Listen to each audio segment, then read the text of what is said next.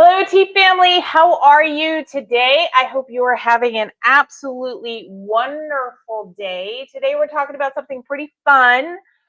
September, it's that kind of sweet spot in between the hot summer and kind of that cozy fall. It's not really usually too quiet where I live. I don't know about where you live. You'll have to let me know. But it's also not back in that holiday craziness yet. And so, very much at that point in time where you get a second before the full rush of fall starts. And so, today we are going to talk about how to host the perfect September tea party. We're going to be doing this coming up. I talked about this before.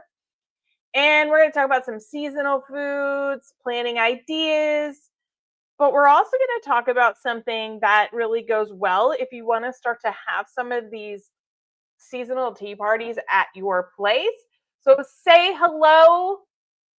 Let me know you're there before we get started, and put in the chat or comments what you're drinking tonight. I am really interested. And I will tell you this, what we're going to do tonight, appealing would be absolutely perfect, but we're going to do something a little different. We're going to be talking about our half-ounce sampler here. It's a little crowded right here, but like here, we're talking about the half-ounce sampler. So Diane's having Summer Kiss Hot.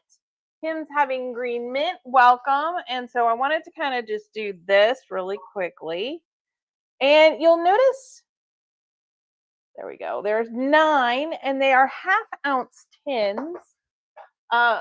We have 3 black teas in there, we have 3 different green teas in there, and we have 3 different caffeine-free herbal blends. And one of the things that I like about this is, let's pick this one for a second. I'm going to pick up Onyx Chai. Now this is new. You had gotten this previously. We didn't have any chai blends, and so now we do. So this is a little changed. You will notice that there's Ancient Green Dragon is in here now and some other things, but it gives you a chance to have a half ounce of 9 different teas. So if we do the math, somebody needs to do the math. Each one of these has 5 to 6 first time brews. So if we even just say it's 5, because you want to have it a little bit stronger, that means there's 15 cups of tea, and 15 times 9. My math isn't mathing right now. 135. That's 135 cups of tea in this sampler set. Now, why do I like the sampler set? First, it's a great gift. It is perfect for when you're not quite sure what someone's favorite tea is, or they like a lot of different kinds of teas. But these are also really great when you want to have a tea party, because you might have somebody who really wants that green tea. And you might have somebody who's like, well, it's in the afternoon, so it is after when I can drink. And so I really want that caffeine-free blend. Or you have people like me that are like, I'll take the caffeine all day long, no problem.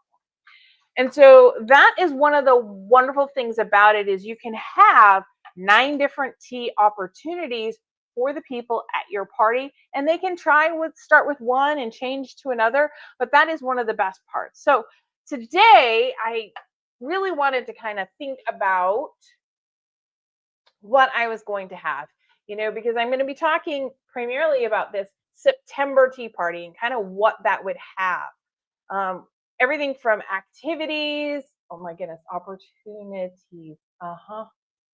You're asking the wrong group to do math, especially on a Sunday evening. Yeah, Kim, I have been doing math all weekend, especially last night when we were playing D&D, and so there was a lot of mathing involved, and I'm at the point where I'm done. My mathing is not mathing anymore, but I was able to figure out 9 times 15 fairly quickly. So, but so I wanted to talk about that, and so I kept thinking, what should I drink? And I kind of thought appealing would be perfect for a September tea. It is one of the reasons why it comes out, but it's not in our sampler pack because it's one of our specialties.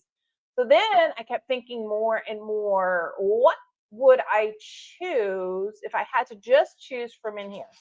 And I will tell you, there are a lot of good possibilities in this box, because we have Onyx Chai, Serene Sunrise, Breakfast Blend, Green Mint, Emerald Garden, Ancient Green Dragon, Nautical Twilight, Evening Mint, and Maiden's Blush. All amazing blends that you could pretty much do with a fall, but I wanted to kind of go. So I actually chose Onyx Chai. Now, what you will notice is I am reusing my tea. In fact, my handy dandy assistant will go ahead and do that. Now, what I am going to show you what it looks like without. I get my lighting right and my camera light right. One of those things right there. It smells so good. All right. But I thought Onyx Chai, it's going to have some of those fall spices that we start to think about more and more in September. And it is going to stand up really well to a fall tea. And so we're going to boil the water. 5. It's my 3rd brew. And sometimes I get asked the question, like, what do you mean by brewing your tea 3 times? And this is what I mean. I put the tea in there the first time, I brewed it, black tea, so 3 minutes for the first brew. And then I put it aside in a custard dish or something on that idea. And then when I'm ready for my next cup, I have a second cup. And then I brew it 1 minute longer, so 4 minutes. And then now this is my 3rd brew. Now, typically after the 3rd brew, I'm going to go ahead and I'm going to compost my tea leaves, or we'll put them in the plants, or we will do something else with them. However, I do have people come up to me frequently and they're like, well, I brew it like 4 times, or I brew it like 5 times. And that's perfectly fine. I know the flavor is still good through the first 3 brews. And so that's kind of why we stay there. But I'm going to brew this since it's my 3rd brew. It'll be 5 minutes. My color of my tea will be later, but the flavor will be the same. So that, I thought it would be fun to do. I mean, it wasn't really a hardship for me to have a couple of cups of Onyx Chai earlier either, but I thought it would be fun to have that 3rd brew in there so you can really see kind of what I'm talking about. So let's talk tea parties. Let's talk a September tea party. Let's see. Oh, Diane said I would pick Ancient Green Dragon. See, I really like that one, and I came this close to choosing that one today. And then I was like, well, I've just consumed Ancient Green Dragon on lives a lot recently. Like I did 2 or 3 of them, and I was like, well. And then I thought about Evening Emerald Garden, because it's just a really nice, simple, clean green tea blend. And then I was like, well, should I go with caffeine free? And I just kept going back and forth and finally settled on Onyx Chai. But that's the fun part of a sampler pack when you have that kind of variety. So, and that is true. With the 3rd brew of a tea, there's significantly less caffeine. So that is true. Thank you, handy dandy assistant, for the reminder. Okay, so we are doing a September. Now, this isn't going to be our fall one. This isn't going to be our Halloween one or our Thanksgiving. Those are still coming up in the future. This one is specifically for September. I have to say, keep in mind that tea parties, they don't have to be super formal. They don't have to be super complicated. You just want to be able to add some seasonal touches to it. Make September feel magical, for your guests or whatever the event is. And think about the month. And so for me, September, that's back to school. It's always apples. It is the apple season. In fact, I have to look into us going to the local apple orchard and picking some apples soon. But think about what are the scents? What are the flavors? Kind of what do you do? And so that's where you kind of start in the first part with planning that tea party. So you're going to choose your setting. Now, in September, it's typically nice outdoors where I live. Even in New England, it's still nice. You might have to have a sweater in the morning or in the afternoon, or if you are in a building with a lot of people who are in love with the air conditioner, I won't call out any names, but several of you are like that. And so, but during the day, you can still walk around in shorts and be comfortable. So I think of things like in New England, the leaves are going to start to turn color. We don't have that as much here in Kansas. In the South, it is definitely still, you're in the kind of the summer. But I think candlelight, apples, cinnamon sticks. I'm thinking you're starting to pull out like the fall table runners and getting that cozy vibe and things like that. So that's what I think of. So what do I want to do? What am I drinking? What am I enjoying at that point in time? Kim said I almost did Emerald Garden tonight too. See, it's just one of those things. Like I like being able to pick different things. Now, once you've kind of decide, because you're still in good weather primarily, you could have it indoors or outdoors. So which are you going to do? If it's outdoors, great. Picnic style can be so much fun. And you're at the point for us where we live and many other places we've lived where you can go outside again because it's not 100+ degrees outside.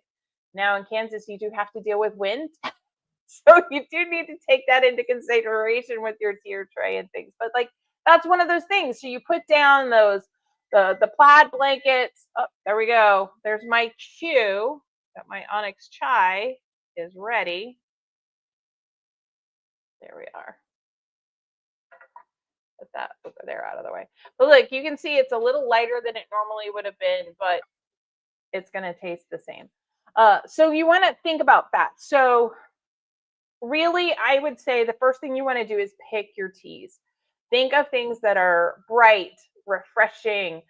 This is where you might want to do like an onyx chai, kind of warm spiced tea. Diane says, had some 45-degree nights, a few maples are turning, and pumpkins are showing up at farm stands. Absolutely. So you're starting to kind of get that beginning of the fall vibe, but you might not have the pumpkins everywhere yet. Apples are definitely the thing, though. Apples are the thing. And so I kind of went with that theme, that maple, apple, starting to get a touch of the falls for this one. The next thing you want to think about is how many guests do you want to have? Do you want to have like 4 people, 6 people, 8 people? How many do you want to have? Because that's going to affect, well, how many cups of tea, how many pots of tea, how many of this or that are you going to invite to your party? The next step is keep it interactive. Pouring tea and having conversation is a great experience. But think about giving each of your guests a little card to write which tea they loved the most, which ones they really enjoyed.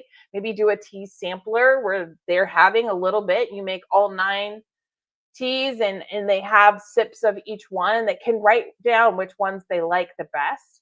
They can compare notes. Oh, I had that here. Oh, when I drank this with this, when I ate this food, oh my goodness, the flavor was so much better.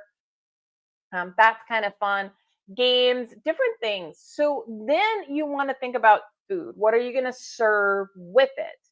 And here's where you really want to start to think about those September inspired foods.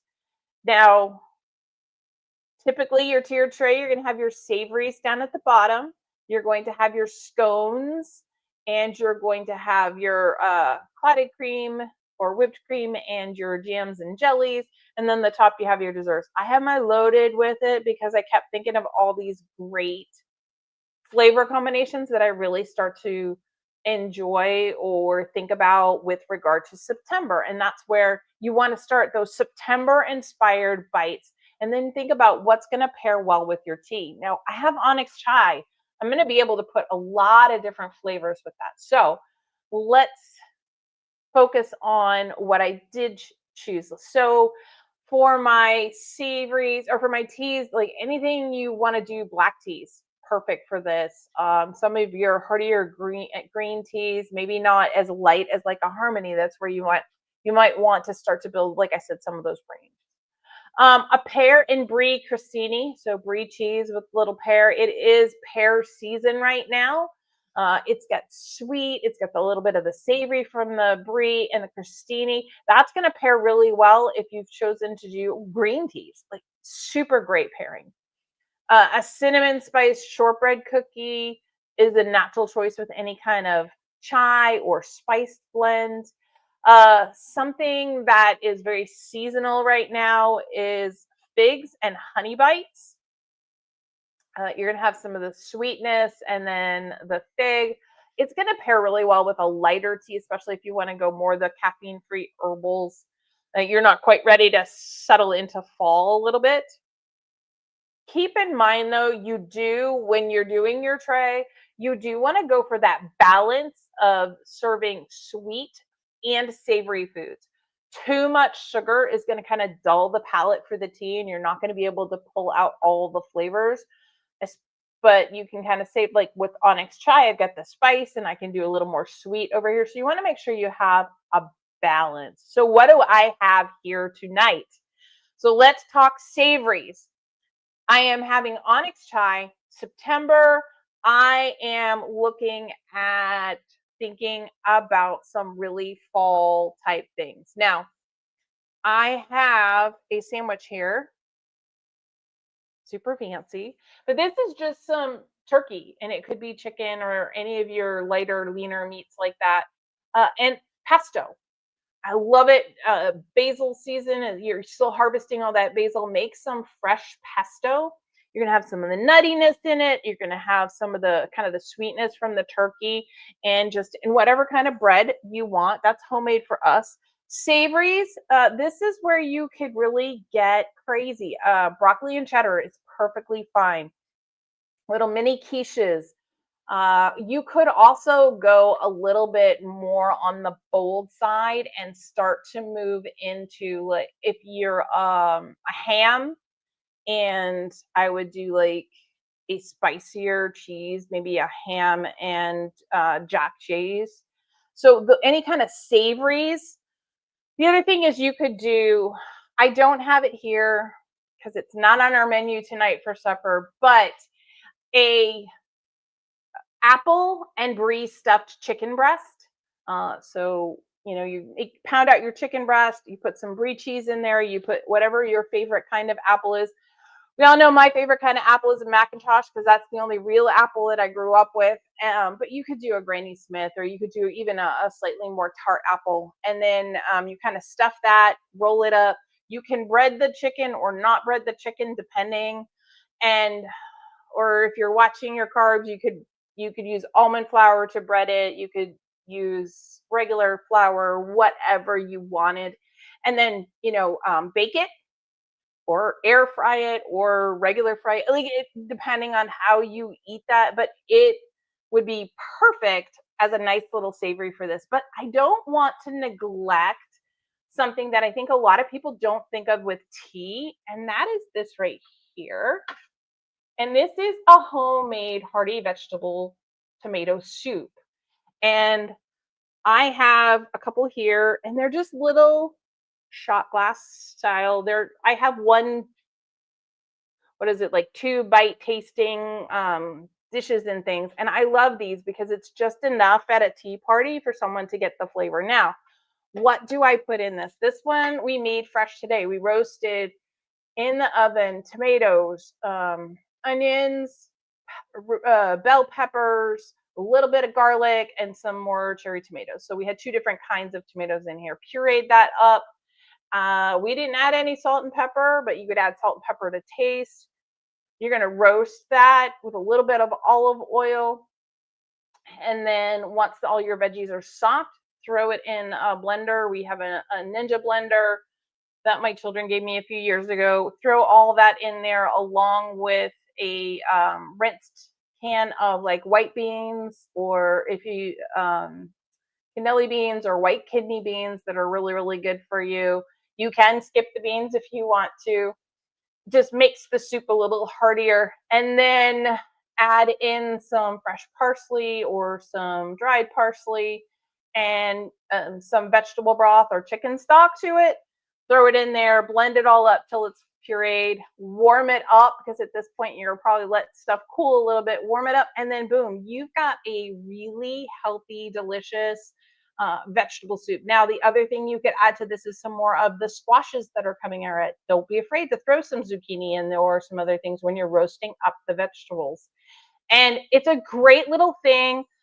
These tasters, I have these tiny little cute spoons, and you can just have some. Now, what I did do is, you'll notice this one has it, but I took some of our bread and you kind of can't tell, it has a little top right here, but I took some cookie cutters, just some little tiny cookie cutters that I have that are seasonal shapes, and cut out a leaf shape. In this case, I did apples.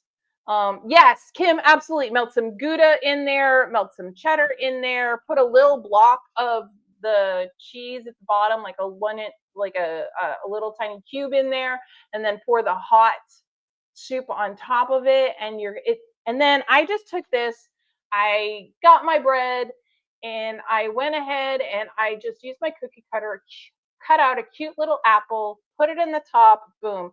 I just think it's cute, and people don't always think about soups, but especially someone, if you're using the vegetable broth, you've got a vegetarian, somebody who's not eating meat or whatnot, boom, they can have that savory in there as well. So they just don't have to have a quiche or something on the night there. So those are some of the ideas. These are kind of, yes, these are very much like our little bread things are very much like little croutons. But the tomato over here, combined with the spices, the hearty vegetables that are coming into season right now, really great way to add some depth and just some fun. Like I said, this was a kit that we got a long time ago. We use these dishes all the time, and I love the idea of like a couple little bites, right? You're having fun. You're not trying to eat this whole bowl of soup and a sandwich and this and that while you're chatting about tea. So there you go. Now, what do I have on my middle layer today? Well, I have maple scone, and then we have apple butter. You could also use an apricot jam, a peach jam. I know peaches were just in season. You could do a pear puree on there, whatever you wanted. And then I didn't do clotted cream today, but I did do a little bit of whipped cream that you can put on top instead. And that's kind of usually that layer. And then I kind of went a little crazy on different ideas for this dessert. First of all, you're going to still have, oh, my finger actually accidentally touched the chocolate, but I still like strawberries with everything. And I like having a little bit of that sweetness of the fruit. But I have a little spice cake, the little petite four, but I didn't put icing on it for whatever reason on this one. But it's a spice cake, as you can see. Put that down here so you can start to see more stuff. I did create these today. I have, and all it is a pretzel, a little pretzel. You could take some caramel sauce. You could make a little bit of caramel yourself, and then added a little apple, a little wedge of apple on top, and made a caramel apple bite. Again, September, apples, caramel, these are the flavors. It is just enough for that one bite. It's not going to be super sweet, especially if you pick a tangy apple. Now this is more of a Mac apple, but if you had one of the more tart apples, you're going to have the sweetness of the caramel versus that, and you get the crunch of the pretzel. And I'm trying to see right here, I'm not going to pick it up, but right here I have a couple of little petite fours. And again, they could be a spice cake, they could be an apple cake, they could be a pear cake, any of the fruits and vegetables that you start to see in September. And then my favorite though, here's more of our little dishes that you see frequently from that little 1 or 2 bite. This, you may not recognize what it is. It's definitely gooey. My handy dandy assistant's gonna love it. But this is just graham cracker with a little bit of marshmallow in that I just warmed up a little bit, and then just dipped a little bit in dark chocolate. Not semi-sweet, not milk. I actually use dark chocolate on this and have like a little 2-bite dark chocolate s'more. Because again, you're thinking about, you're finally warm enough to have that tiny fire outside and you're making s'mores and that sort of thing. And so it is a fun little dessert. And by having your graham cracker broken up into those small bites, you're not eating this huge s'more. Although my grandbabies would love to have that huge stinking s'more. But it's just that 2 bites. So those are some of the ideas that I thought of for ours today. I'm going to take a sip of my tea. Okay.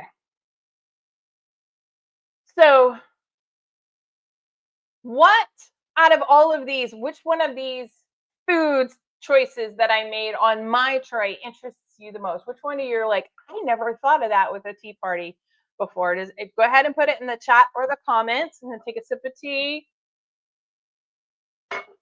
Okay. So we all know I'm kind of a nerd. We like having the fun facts. So I'm going to shout out a couple of fun facts for everybody while you're putting in the chat or comments the answer to my question. So we all do know that tea is the second most consumed beverage in the world, right after water. So definitely important stuff. But did you know that the first ever iced tea was made accidentally at the 1904 St. Louis World Fair? A tea merchant accidentally dumped some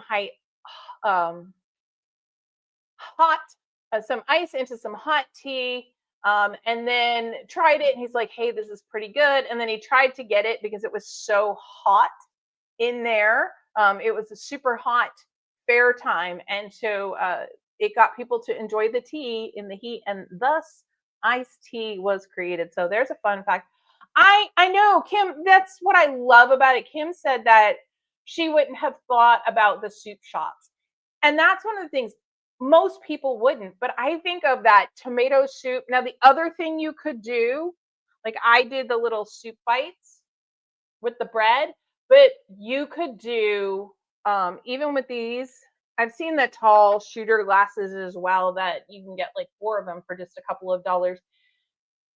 You could even do grilled cheese sandwiches. Like you just do one grilled cheese sandwich and you make soldiers, the long stripes, and you stick one in there. And that is, I would go with like an extra sharp cheddar cheese or a sharp cheddar cheese for that to match with the tomato, and it would really balance out your tea as well. So there's another idea. Soups do say fall and winter, and it's okay to have them at your tea. It's okay. There's no rule that it has to be all sugar stuff. I happen to like the savory part, and the scones are my dessert. I very rarely eat from the top. This top, which is supposed to have like your chocolate, and if I was going to put a chocolate up here, it would be dark chocolate with a little bit of sea salt on top, but it would be very dark chocolate to balance really well. But I very rarely eat the sweets. I am very much about the savories. The downside is that it includes chili. You could do chili. I love chili. Betsy, you do not have to have beans in your chili, FYI. And you can make it as spicy or as mild as you want. That's the great part about chili. But I'll need to explain about the different grilled cheese cuts. Yeah, soldiers, like the toast for the kids, the long strips are considered soldiers. Then you get the squares when you cut your piece of bread in just quarters that are kind of all little squares. Soldiers or squares. There's another one. And stars. So stars are when you kind of make it diagonal, and I would just kind of do 5 or 6 points to my stars. Yeah. I used to ask my kids all the time. Cinnamon toast was a thing for my girls growing up. That was like their favorite breakfast. And so I would be like, okay, how am I cutting it? Or even their PB&J sandwiches, when they would have them for lunch sometimes. How do you want it cut? Do you want soldiers, squares, or do you want stars? And they would get to pick, and they thought it was the greatest thing. But you can still do that and make it fancy and uplift your tea. And I love having the little apple cookie cutter or a fall leaf cookie cutter, and you can do that with your grilled cheese sandwich as well. And it just makes it a little more fun. Would hummus and a grain go well? Yes, absolutely. In fact, I would say hummus, and then start thinking about some of your fall vegetables. I know a lot of squashes start to come in right now. I mean, zucchini's been in for a while, but don't be afraid to just have hummus and a grain or hummus and veggies in here. That would be great for your savories. Absolutely. That's one of those things. It's just a really yummy thing. And then how you spice that hummus, I'd be more inclined to go with like kind of the roasted onion garden vegetable kind, as opposed to like of a plain one, because I'm going to try and bring in some of those fall harvest flavors in there. So there you go. All right, fun fact number 3. You ready for it? In many cultures, September is actually considered the month of balance. In China, it aligns typically with the Mid Autumn Festival, and that is where tea is often paired with moon cakes. uh, just a fun thing, great conversation, writing out some of the September fun facts, especially if they revolve around tea. Those are fun things to include at your party, maybe one on each of the place setting. It also gives a conversation starter if you have people at your tea party that don't know each other, which can happen, and it gives them something to talk about. A fun party activity, especially if you're using like all 9 teas of the sampler or a wide variety, is do something like have them pick, you know, guess the tea flavor, guess what would go with, play games that involve the tea and the foods. So like, what tea would you put with this food? Write as many things down, or guess guess which tea this is and not tell them, and those kind of things. Hummus and red pepper, yes, hummus and red pepper, hummus and zucchini, hummus and the squashes, any of those kind of flavors, perfect. Just add them right in there, put them on your savory bottom, because remember, this is our savory plate, and then you're good to go.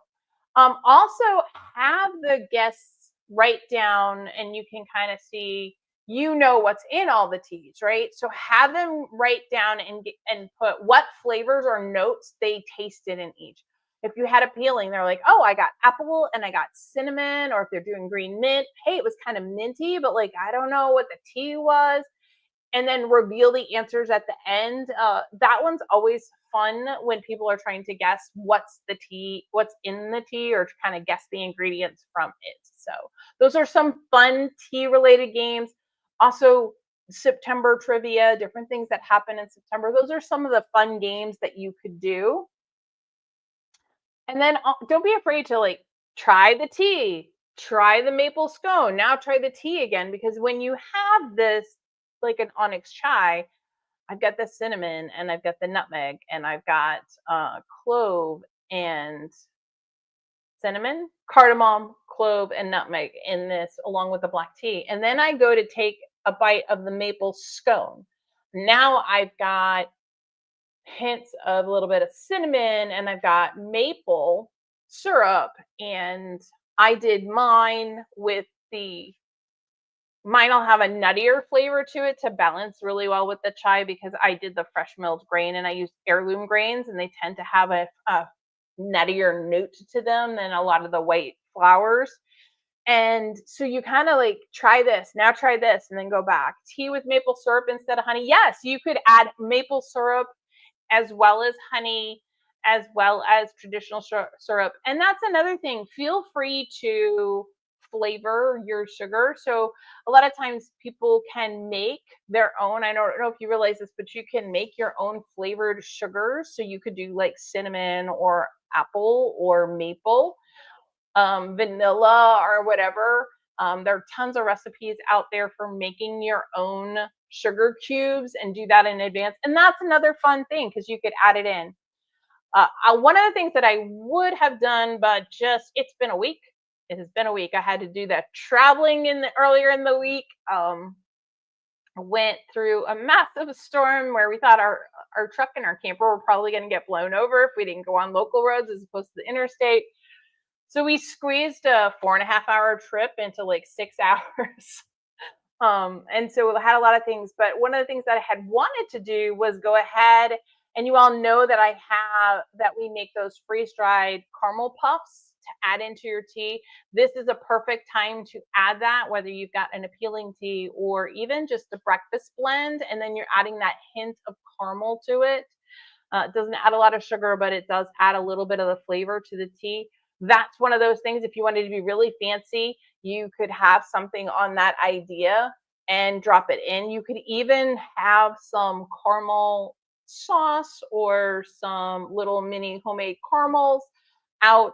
I know we have a pan where we get 1 centimeter by 1 centimeter cubes, and then typically we cut those in half for when we make our caramel puffs. But it's just something like that. It's going to add a whole new note without being super sweet when you cut it back like that. So those are all different ideas that you can have that are going to spark conversation. Hey, did you try this with the caramel? Oh my goodness, that was so yummy. So it's just some of the things that you can do when you have a wide variety of teas and foods and you're having fun. And that's kind of why like we have those sampler sets. They're great for gifts. They're great for having a wide variety. I can't decide if I want this tea or this tea. A lot of people will go with our samplers at that point, but don't overlook them when it comes to that tea party. And then don't think you can only have tea parties that are super fancy. We just talked about this one is not super fancy. Yes, I dressed it up a little bit, but not really that much. And it doesn't take a ton of time to put together. Here's the thing, even if you can't make everything from scratch yourself, at our grocery store, Dillon's, which is part of the Kroger chain, they had apple cake, maple iced apple cake in there. And they had slices in there. They had all sorts of fruits in there. They had um, little pumpkin cheesecake bites. They had little apple maple bites. They have all sorts of things in the bakery of your grocery stores or in your local bakeries. They'll do a lot of seasonal things. One of the things I didn't even mention up here was hidden away, if I could, hidden away here. Shortbread cookie. Even just shortbread cookies, dip them in a little chocolate, dip them in a little caramel, whatever, something simple like that. You can go to your local grocery store and you can get some of this stuff pre-done. Like this is literally, ours is a very low sodium turkey. You could have turkey breast. So if you really want to make it yourself, great. Or you can just do this and then you can buy pesto or you can make pesto. It's just, these are some things. It doesn't have to be super crazy. These are normal foods that you may even have a wide selection of fruits and things. And then so you're just picking up some scones and some items like that. That's okay. It can be very simple. Any questions about this? Any other questions about foods that you would pair or things that you would have at your September tea party? I'm glad that you all, like, now we're talking about hummus and we're talking about soups. I love adding those kinds of things in, especially because it's going to make your tea party or the tea time with someone so special, because they're probably going to say, I went to a tea party and you know what? They had soup. You know what? They had hummus. It was so yummy. Those are the kinds of things they're going to remember. Those and the fun games, and that they had a good time and they enjoyed the tea. Other questions or comments? Handy dandy assistant talking about free parking at my house. Apparently, I don't know. All right.